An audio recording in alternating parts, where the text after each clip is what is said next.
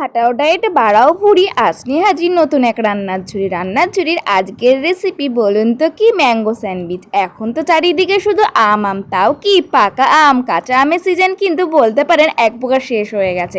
এখন কিন্তু চলে এসেছে পাকা আমের সিজন, তাই কিন্তু আমের স্যান্ডউইচ আর কিন্তু চকলেট স্যান্ডউইচ আজকে তৈরি করে নিয়েছি। তাহলে দেরি না করে ঝটপট করে কিন্তু এরকম স্যান্ডউইচ তৈরি করে নিত্য নতুন বাচ্চাদের সামনে দিলে কিন্তু ঝটপটেই কিন্তু ফিনিশ হয়ে যাবে, তার সাথে সাথে ওদের কিন্তু ফল খাওয়ানোও হয়ে যাবে।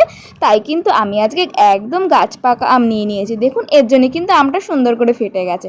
তারপরে এখানে আমি কুকিজ কাটার দিয়ে সুন্দর করে ব্রেডগুলো কেটে নিচ্ছি। আর এখানে যেহেতু নিত্য নতুন কাটার দিয়ে আমি নিত্য নতুন শেপ দিয়ে দিয়েছি, তাই কিন্তু বাচ্চাদের খুবই ভালো লাগবে।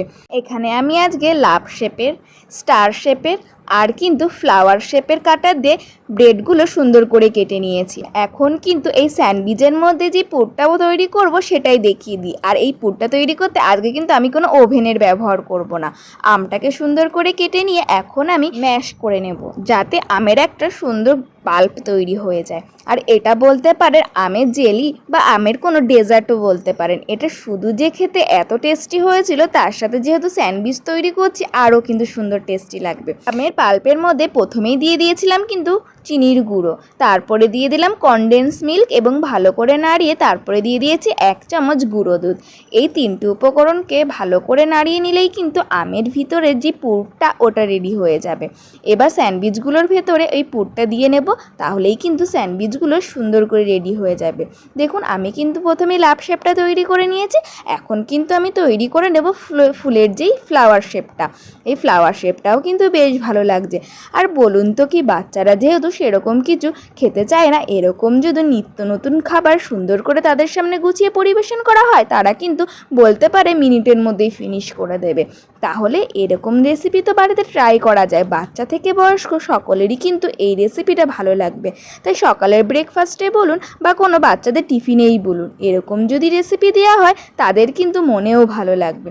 যেহেতু আমের রেসিপি বলেছিলাম, তাই কিন্তু আমের পুর দিয়ে আমের স্যান্ডউইচটা তৈরি করে নিয়েছি। এখন কিন্তু তৈরি করছি চকলেট স্যান্ডউইচ। তার জন্যই কিন্তু একটা ডেইরি মিল্ক চকলেটকে আমি সুন্দর করে গলিয়ে নিয়েছি, তারপরেই দিয়ে দিচ্ছি ব্রেডের ওপরে। এরপরে কিছু চকলেট চকো চিপস দিয়ে দিচ্ছি। আপনারা চাইলে বিভিন্ন ধরনের টপিংসও দিতে পারেন বা এখানে কিন্তু চকলেটের টুকরোও দিতে পারেন। যেটা বাচ্চাদের ভালো লাগবে সেটাই কিন্তু আপনারা এখানে ইউজ করবেন। তাহলে আমাদের কিন্তু আজকে আমি 2 রকম স্যান্ডউইচ আপনাদের সাথে শেয়ার করলাম। কোনটা বেশি ভালো লাগছে অবশ্যই কমেন্ট করে জানাবেন। আপনারা তো আগের ভিডিওতে দেখেইছেন আমাদের বাড়ি বাচ্চাদের বলতে পারেন সংখ্যা কিন্তু খুব পরিমাণে বেশি, তাই এগুলো তৈরি করার সাথে সাথেই কিন্তু মিনিটের মধ্যে শেষ হয়ে গেছিল। তারপরে আপনাদের নতুন রাঁধুনি মানে আমার ভাই কিন্তু আজকে বাড়ি ছিল না, তার অনুপস্থিতিতেই যেহেতু এরকম রেসিপি ট্রাই করেছি, আমার একটু খারাপ লাগছিল, কিন্তু আপনাদের সাথে শেয়ার করতে পেরেছি, এটাই কিন্তু বেশ ভালো লাগছিল।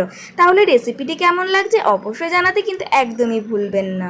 আজকের রেসিপিটা বন্ধুরা এখানেই শেষ করছি। নতুন কোনো ভিডিওর সাথে আবার আপনাদের সাথে দেখা হবে। আর এরকম নিত্য নতুন রেসিপি দেখতে হলে আমার পেজ বা চ্যানেলে কিন্তু আপনাদের অবশ্যই চোখ রাখতে হবে। আজকে যেন এইটুকুই, নতুন কোনো ভিডিওর সাথে বন্ধুরা তাহলে আবার দেখা হবে। আর আপনাদের যদি কোনো কোয়ারিস রেসিপি থেকে থাকে অবশ্যই কমেন্ট করে জানাবেন। তাহলে বন্ধুরা টাটা।